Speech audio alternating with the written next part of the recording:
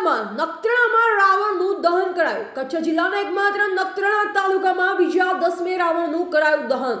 શસ્ત્રપૂજન સહિતના આયોજનો કરવામાં આવ્યા. નખત્રાણાના શંકર વિજય સોમિલ નવાવાસથી વથાણ સુધી રામ લક્ષ્મણ અને હનુમાનજીના પાત્રો સાથે વિશાળ શોભાયાત્રા નીકળી હતી.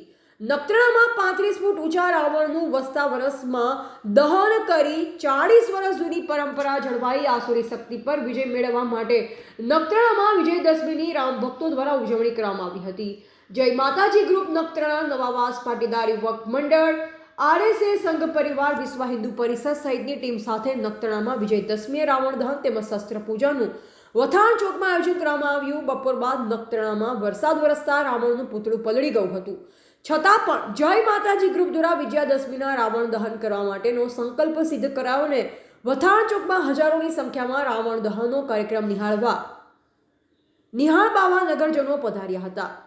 જય જય શ્રી રામના નાદ સાથે નખત્રાણામાં વિશાળ શોભાયાત્રા નીકળી. અહીંના શંકર વિજય સોમિલથી નવાવાસ ગેટ બસ સ્ટેશન તથા વખાણ સુધી શ્રીરામના પાત્રમાં દેવ્યાંશ વસંતભાઈ મેપાણી તેમજ લક્ષ્મણના પાત્રમાં તેજસ દિનેશભાઈ સેગાણી, હનુમાનજીના પાત્રમાં કશ્યપ પિયુષભાઈ ધનાણી વગેરે આકર્ષણ જમાવ્યું.